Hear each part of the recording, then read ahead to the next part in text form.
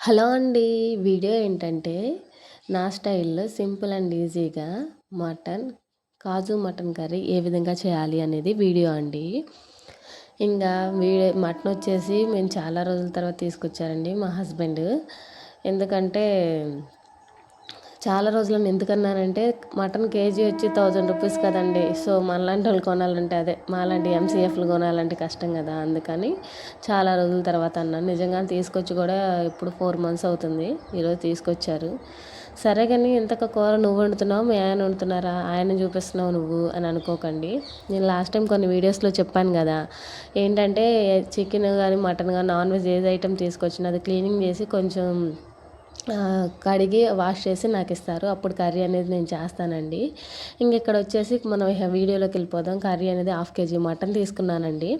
Half KG మటన్‌కి వాటిని cleaning చేసుకుని వాటర్‌లో 2, 3 టైమ్స్ వాష్ చేసుకుని అది స్టవ్ ఆన్ చేసి స్టవ్ పై ఈ మటన్‌ది గిన్నె పెట్టేసుకుని దాంట్లో కొంచెం కల్లుప్పు అండ్ పసుపు వేసి బాయిలింగ్ చేయనియాలండి. ఇలా బాయిలింగ్ చేయడం వల్ల దాంట్లో వాటర్ అని ఊరి అదంతా ఎగిరిపోతుంది. ఇప్పుడు వేరే గిన్నె తీసుకుని మళ్ళీ స్టవ్ పెట్టి దానికోసం కర్రీ కోసము ఆనియన్స్, పచ్చిమిర్చి అండ్ టమాటాస్ 2 లేదా 3 ఇంకా కరివేపాకు. నా దగ్గర కొత్తిమీర లేదు అందుకని కరివేపాకు వేస్తున్నానండి. ఇప్పుడు స్టవ్ ఆన్ చేసిన తర్వాత ఆయిల్ హీట్ ఎక్కిన తర్వాత ఆనియన్స్ అండ్ పచ్చిమిర్చి మరియు ఏమంటారు కరివేపాకు వేసి నేను అది కొంచెం గోల్డెన్ బ్రౌన్ కలర్ వచ్చేంత వరకు వేగనియాలి. అలా వేగిన తర్వాత అల్లం వెల్లుల్లి పేస్ట్ కూడా వేయాలండి. అల్లం వెల్లుల్లి పేస్ట్ కూడా వేగిన తర్వాత దీనికోసం మనం కాజు మటన్ అన్నాను కదండి, కొన్ని కాజుస్ అవే కొన్ని జీడిపప్పులు అండ్ ఎండు కొబ్బరి లేదా పచ్చి కొబ్బరి ముక్క వేసుకొని కొంచెం వాటర్ పోసుకుని మనం పేస్ట్ ఇలా చేసుకోవాలి.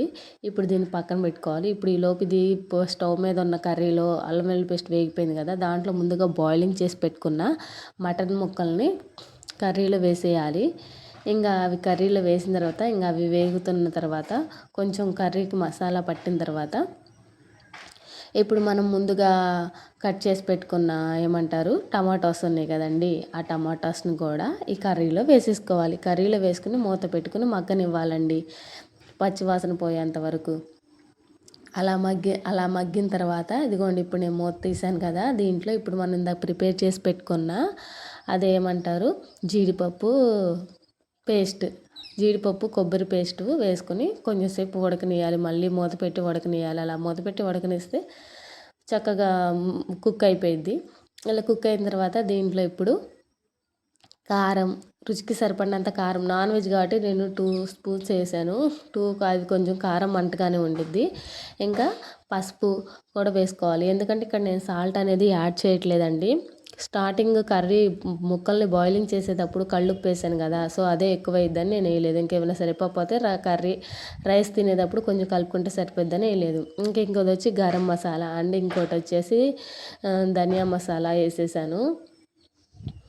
వేసి గట్టితో చక్కగా కలయి పెట్టేసుకొని తగినన్ని వాటర్ పోసుకొని చక్కగా ఒక 10 to 15 మినిట్స్ ఉడకనియాలండి. అప్పుడు మొక్క చక్కగా మంచిగా ఉడికిద్దండి.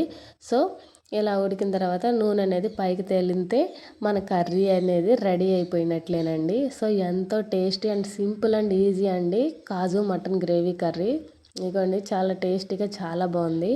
వీడియో కనుక నచ్చితే చక్కగా ఒక లైక్ వేసుకోండి. మన ఛానల్ని ఫస్ట్ టైం చూస్తున్నట్లయితే ఛానల్ సబ్స్క్రైబ్ చేసుకోండి.